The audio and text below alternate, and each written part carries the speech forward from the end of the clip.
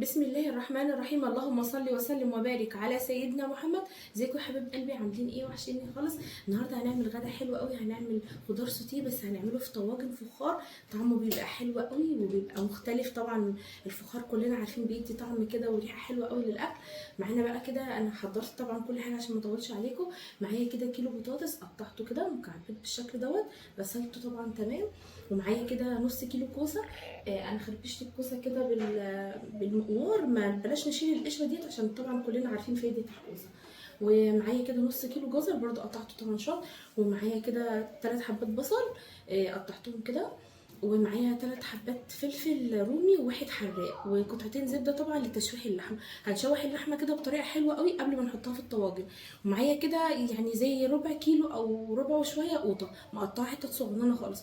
ونص معلقه ملح وربع معلقه فلفل، بس مش اكتر من كده. نروح بقى كده على البوتاجاز بقى كده حبيب قلبي على الصينيه، وهننزل بقى بشويه زيت صغيرين علشان خاطر الزبده بقى ما تتحرقش مننا. هننزل بقى كده قطعتين الزبده.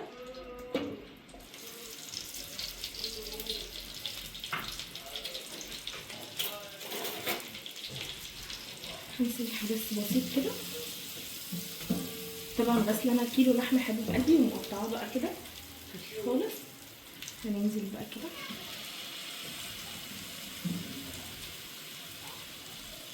بقى كده كلنا.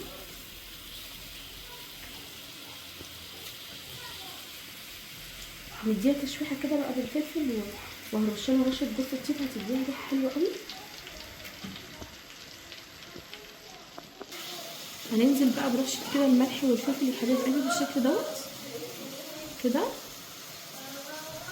ومعلين بقى النار بتاعتنا، مش هنوطي عليها خالص عشان احنا مش عايزينها تنزل الميه خالص، ولغايه بقى ما تاخد لون حلو كده معانا مع بعض خطوه بخطوه.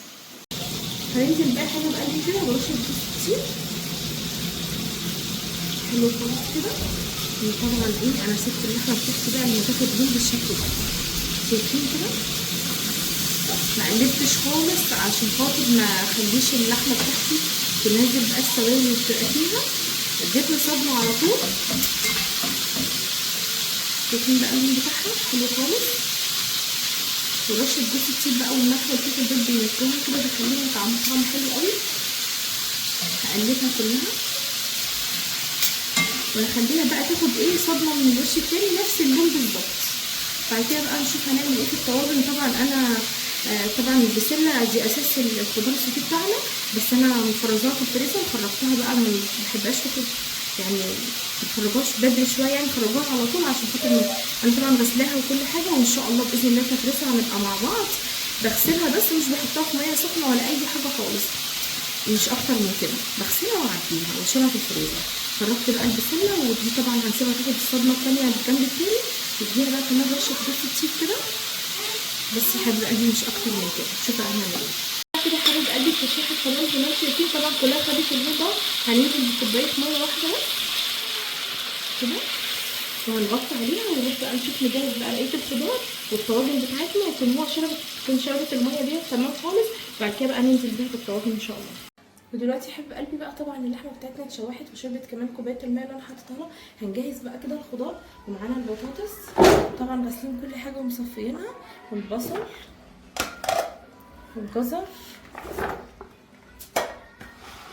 كده. ودي الكوسه نزلنا بقى كده كمان الكوسه، وهننزل بقى بالبطاطا يا حبيب قلبي مقطعينها حتت صغننه. وده شكل البسله، بصوا خضرا وجميله خالص ازاي.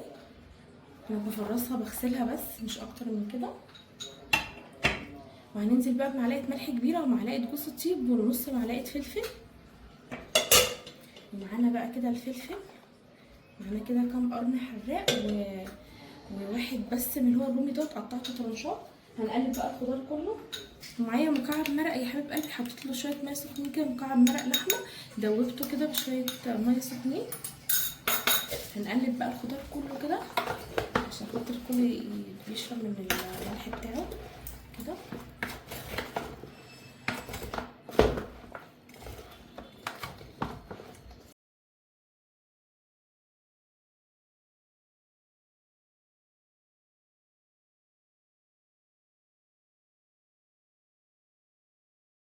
معانا بقى تجميل فخار كده. هننزل بقى بشويه زيت صغننين خالص كده، قيمه معلقه واحده بس هنا وهنا.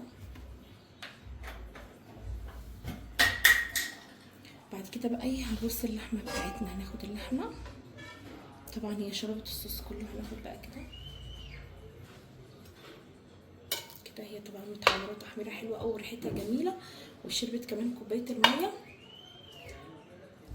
هنوزعها بقى كده على الطاجنين كده حلو قوي. وهناخد كمان الصوص اللي هو صوص الزبده دوت اللي في الاخر دوت، هنحطه برده هنوزعه على الطاجنين. وزعنا اللحمه كده، طعمها بيبقى حلو قوي ومختلفه. التشويحه دي كمان بتدي طعم حلو قوي كده، واللحمه بتبقى واخده كده صوص حلو خالص كده. ناخد بقى الصينيه بتاعتنا وننزل بقى بالصوص اللي هنا وهنا كمان كده تمام.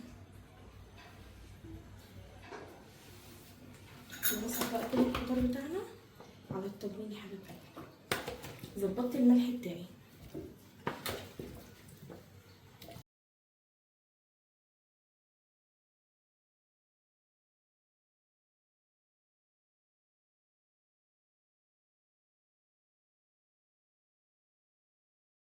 ظبطنا بقى كده الخضار يا حبيب قلبي بتساوي كده بين الطاجنين.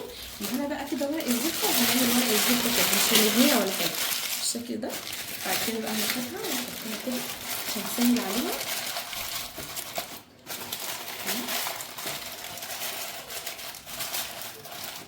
كده، اسهل كتير من نحطها كده. بتكتب بقى الخضار وبتسويه حلو خالص. معانا بقى كده ورق الفول، ناخد بقى ورق الفول بتاعتنا كده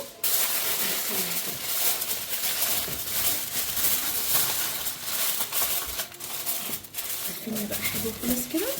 نعمل تاني طاجن وبعد كده ندخلهم الفرن سوا. دخلنا الطواجن بتاعتنا يا حبيب قلبي. انا عملت اول طاجن معاكم، تاني طاجن عملته دخلناها بقى كده على نار عاليه، يعني اخر درجه في البوتاجاز 260. طبعا هتاخد من ساعه لساعه ونص. اول ساعه كده هنسيبها على نار عاليه، ونص ساعه بقى الاخيره دي هنهدي خالص بقى عشان خاطر تبقى فيه صوص كده وطعم حلو ان شاء الله باذن الله. واهم حاجه ان احنا مظبطين الملح بتاعنا. دلوقتي حابه قلبي بقى هنعمل طاجن رز معمر، هنعمله باللحمه.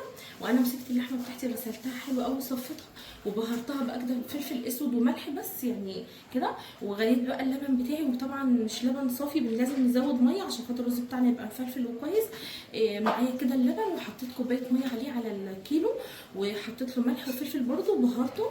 ومعايا بقى كده الرز، ومعايا الطاجن بتاعي نزلت بمعلقه زيت. هننزل بقى بشويه رز صغننين كده مش كتير. طبعا الرز بتاعنا مغسول كويس. وهناخد بقى قطع اللحمه دي كده نرصها، طبعا مصفياها خالص. بتستوي وبتبقى جميله خالص، جربوها وان شاء الله باذن الله هتعجبكم. بعد كده ننزل بقى بكميه الرز اللي باقي.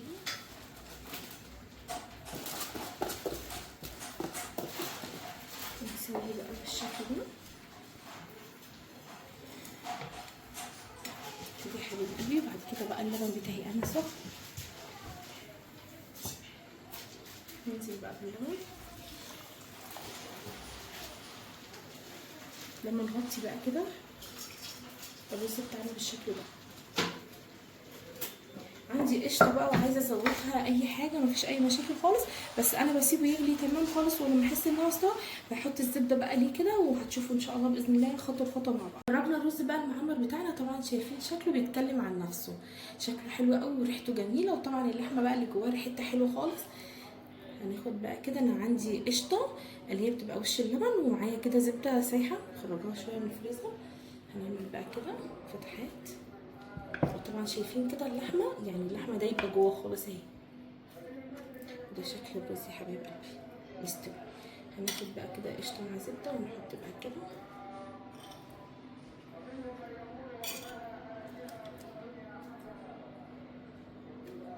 في كل فتحه بقى احنا عاملينها ننزل كده، هنغطيها بقى كده بطبق وندخلها بقى كده ترد مع الزبده اللي احنا حاطينها دي لازم تخش الفرن كده يعني 10 دقايق بالظبط كده يا حبيب قلبي. طبعا الخضار بتاعنا استوى وريحته جميله خالص.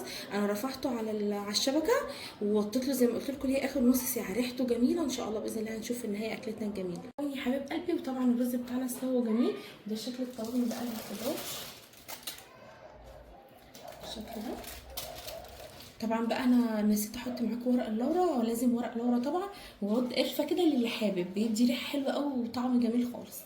ودي تاني طاجن طبعا سخن اوي كده يا حبيب قلبي، ريحته جميله خالص، واتمنى ان شاء الله باذن الله تجربوه.